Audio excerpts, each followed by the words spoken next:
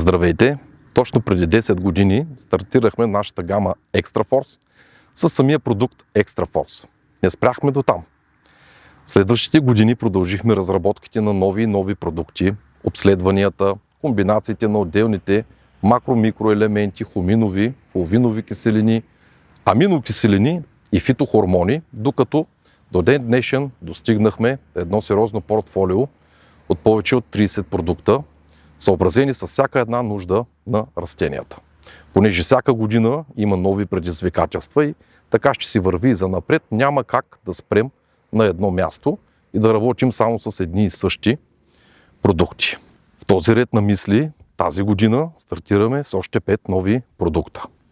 Това са продуктите Тихон, Фос, Мак, Цинк, при който преобладава високо съдържание на фосфор, магнезий и цинк.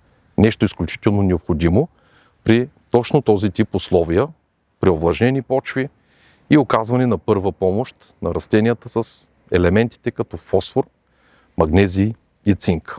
Фосфора подобрява кореновата система, магнезия отговаря за натрупването на захари, а цинк за нарастването на растенията. Следващият ни продукт е Тихон Витал Макс. Продукт с високо съдържание на фосфор, калий, калций, сяра, магнезий и също така фитохормони. Изключително подходящ за всеки тип поле, при всякакъв тип условия. Продължаваме с новите продукти като Ориил, обогатен с сяра и магнезий. В най-общия смисъл този продукт съдържа високи стойности на азот, да говорим за азот от порядъка на над 25%, който можем да използваме и като почвено приложение. За още по-добро, основно и коригиращо подхранване на растенията. Азот бързо, лесно достъпен, който можем да приложим по всяко време. Освен това, този продукт е обогатен с високо съдържание на сяра и магнезии, които допълнително подпомагат и усвояването на азота, и натрупването на захари и нарастването на растенията. Освен това, в този продукт Ориил, сяра плюс магнезий има високо съдържание и на аминокиселини, и на фитохормони.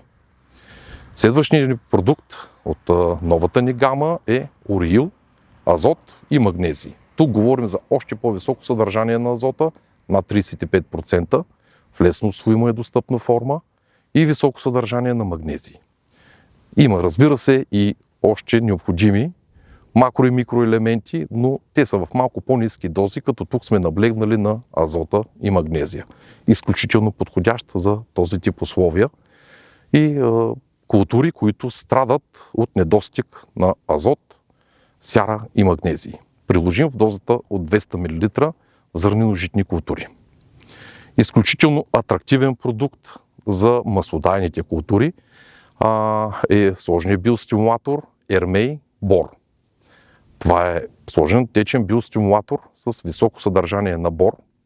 Подчертавам, много високо съдържание на бор в лесно усвоима и достъпна форма, комбиниран с макро и микроелементи, като разбира се основно молибден, манган, магнезий и сяра, които допълнително подпомагат по-доброто проникване и транспортиране на бора, понеже всички маслодайни култури, като цъфтящи, имат изключително висока необходимост от бора като елемент. Не само за по-добрият цъфтеж и опрашване, ами и за дишането и доброто развитие на кореновата система. Приложим в дозата от 200 мл при всички култури, като насоката тук е главно към всички маслодайни култури.